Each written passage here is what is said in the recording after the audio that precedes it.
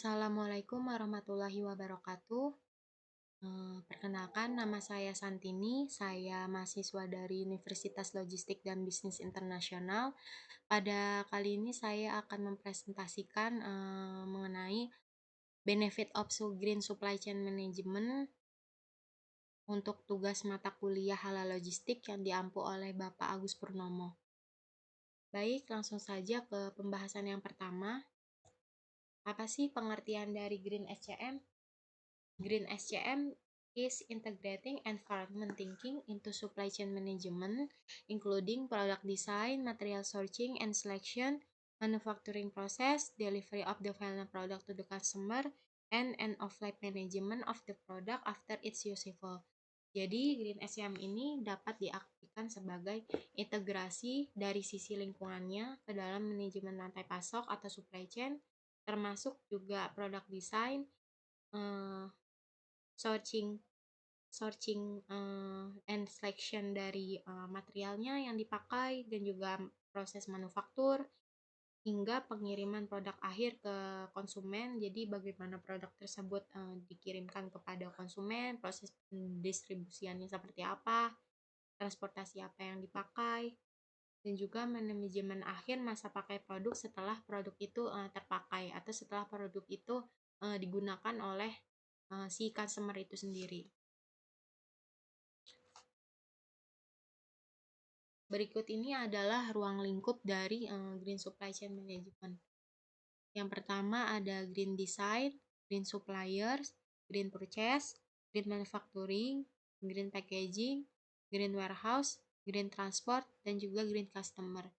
Jadi ruang lingkup ini saling berkaitan satu sama lain yang mana akan menciptakan sustainability dalam Green Supply Chain Management.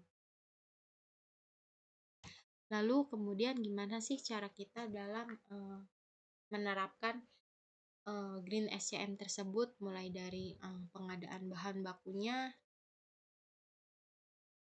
Jadi di beberapa perusahaan, terutama perusahaan yang bergerak dalam bidang makanan, sekarang sudah mengurangi kemasan yang terbuat dari sampah plastik.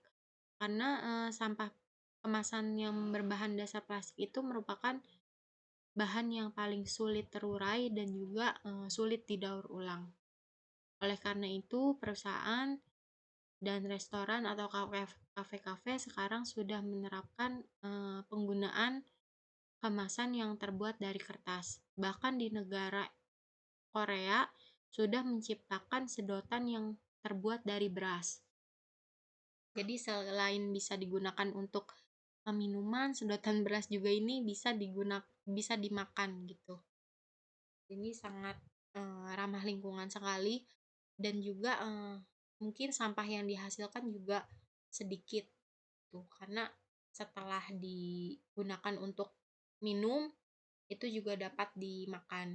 Jadi sampah yang dihasilkan hampir tidak ada. Jadi di beberapa restoran yang ada di Korea sudah menerapkan sedotan yang terbuat dari beras ini.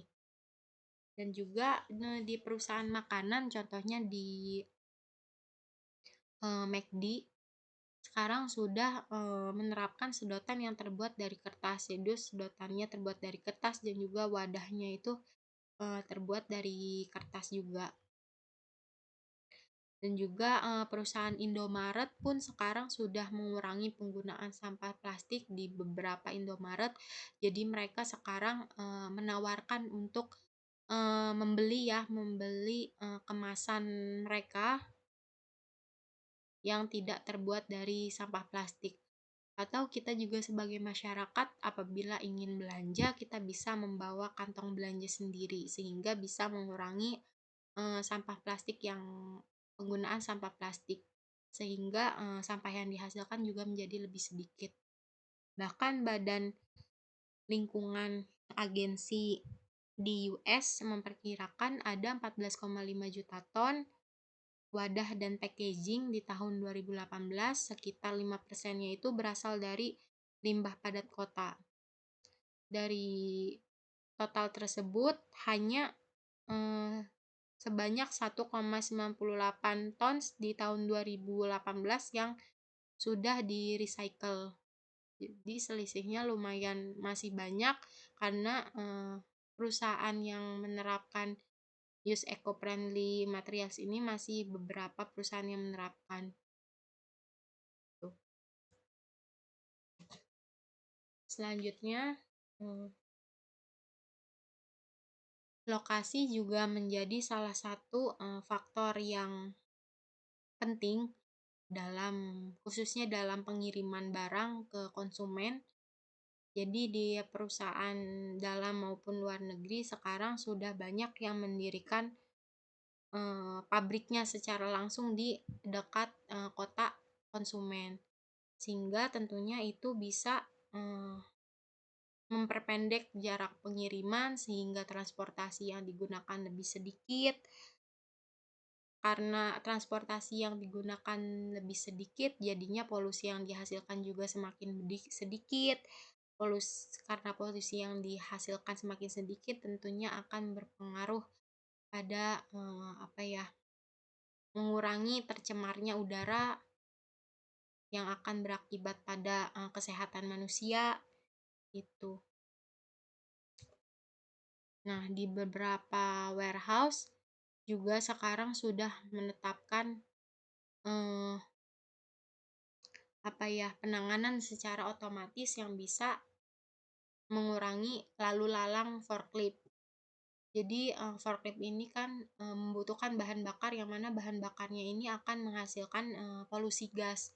Polusi gas yang dihasilkan secara terus-menerus tentunya akan, memberi dampak pada kesehatan manusia. Selain kesehatan manusia juga memberi dampak, meningkatkan global warming, gitu.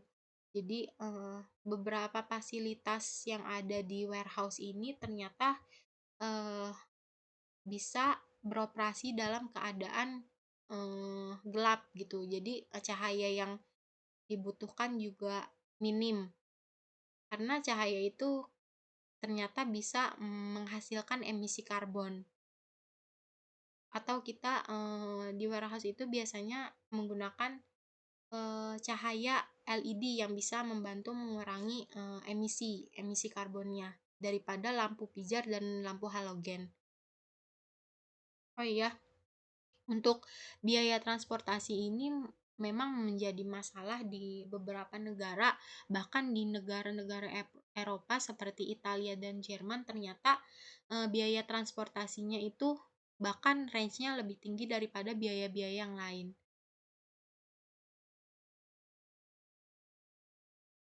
Lalu,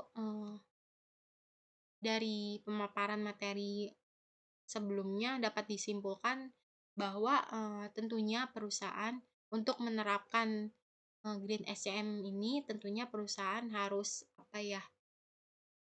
harus terus, meningkatkan, inovasi akan produknya, meningkatkan untuk melakukan pengembangan lebih lanjut terkait, kemasan yang ramah lingkungan dan juga tahan lama untuk, yang bisa menciptakan peluang. Tentunya dari pengembangan ide-ide inovasi produk tersebut, tentunya perusahaan akan menciptakan peluang untuk, memasuki new markets atau pasar baru dan juga meningkatkan daya saing di mata para konsumen dan juga di mata perusahaan yang lain. Lalu, increase efficiency in the use of energy, raw materials, and other research which can reduce production cost and waste.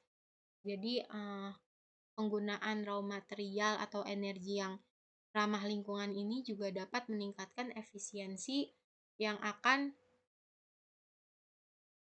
menurunkan biaya produksinya dan juga limbah yang dihasilkan semakin sedikit. Jadi kayak seperti, kemasan yang terbuat dari bahan kertas itu kan mudah terurai dan juga, mudah didaur ulang. Jadi limbah yang dihasilkan itu, menjadi lebih sedikit daripada, kemasan yang terbuat dari sampah plastik.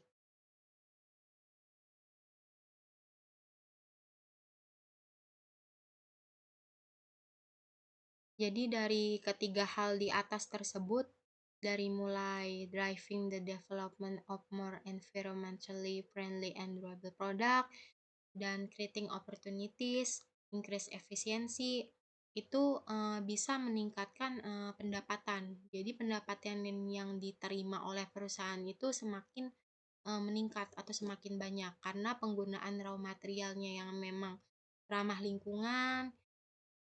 Ramah lingkungan itu berarti kan mudah terurai. Jadi salah satu bahannya yaitu kertas. Kertas itu merupakan salah satu bahan yang memang murah selain plastik, dan juga gampang didaur ulang sehingga limbah yang dihasilkan juga semakin sedikit, dan juga dapat mengurangi biaya produksinya, sehingga itu juga akan masuk ke pendapatan. Pendapatan tiap perusahaan akan meningkat. Dan juga apabila perusahaan sudah mengembangkan inovasi produk mereka ke pasar baru, bahkan ke pasar luar negeri, mereka juga akan tentunya akan mendapatkan revenue yang lebih banyak dari inovasi produk tersebut, maka akan menyebarkan target marketnya meluas dan juga meningkatkan daya saing di mata para konsumen, sehingga konsumennya itu merasa percaya atau build customer trust. Jadi kepercayaan konsumen itu karena perusahaan sudah menerapkan Green SCM, semakin lama semakin customer percaya akan produk yang mereka beli atau servis yang mereka rasakan, akan membangun kepercayaan terhadap customer, sehingga nilai atau citra perusahaan semakin meningkat. Oke, ini dari sisi keuangan, sisi lingkungan, dan juga sisi sosialnya sama seperti yang tadi. Kalau dari sisi keuangannya, meningkatkan revenue atau pendapatan, mengurangi biaya produksi, meningkatkan aset, dan juga customer service. Dari sisi lingkungan itu bisa mengurangi limbah yang dihasilkan semakin sedikit karena raw material yang dipakai juga mudah terurai, sehingga limbah yang dihasilkan pun makin sedikit. Meningkatkan efisiensi, mengurangi emisi, mengurangi konsumsi bahan bakar. Kayak tadi penanganan secara otomatis itu dapat mengurangi konsumsi bahan bakar seperti penggunaan forklift yang bisa berpengaruh terhadap gas atau polusi gas yang dihasilkan. Untuk dari sisi sosialnya itu tentunya untuk kesehatan, jadi semakin lama makin banyak polusi yang dihasilkan tentunya akan berakibat pada kesehatan manusia yang menghirup terus-menerus tiap hari itu dari polusi asap kendaraan, transportasi yang dipakai, makin banyak transportasi yang dipakai, maka akan semakin banyak pula gas yang dihasilkan. Dan juga mengurangi kebisingan. Jadi transportasi yang digunakan mengeluarkan suara, makin banyak transportasi yang digunakan pastinya makin banyak juga suara yang dihasilkan. Jadi gimana kita caranya untuk mengurangi transportasi yang digunakan. Hal itu juga bisa memperpendek jarak pengiriman antar customer, sehingga tidak membutuhkan waktu lama untuk customer menerima barangnya, dan juga bisa menjadi keuntungan bagi perusahaan karena perusahaan sendiri memberikan pelayanan yang cepat gitu, pengiriman yang cepat pada supplier, terutama untuk pada customer maksudnya. terutama untuk customer yang berada di luar negeri, tuh. Sehingga mereka, eee, makin lama akan makin percaya dengan, eee, produk yang mereka beli, sehing sehingga citra atau nilai perusahaan di mata customer itu semakin meningkat. Dan juga dari segi keamanan produk apabila ditangani secara otomatis, itu, bisa mengurangi, human error. Rata-rata, kesalahan yang terjadi di produksi maupun gudang itu, human error, kesalahan karena faktor manusia. Apabila sudah diterapkan, penanganan secara otomatis, tentunya itu bisa mengurangi human error, sehingga, keamanannya pun dapat, berkurang. Sekian presentasi dari saya, terima kasih sudah mendengarkan, kurang lebihnya saya mohon maaf. Wassalamualaikum warahmatullahi wabarakatuh.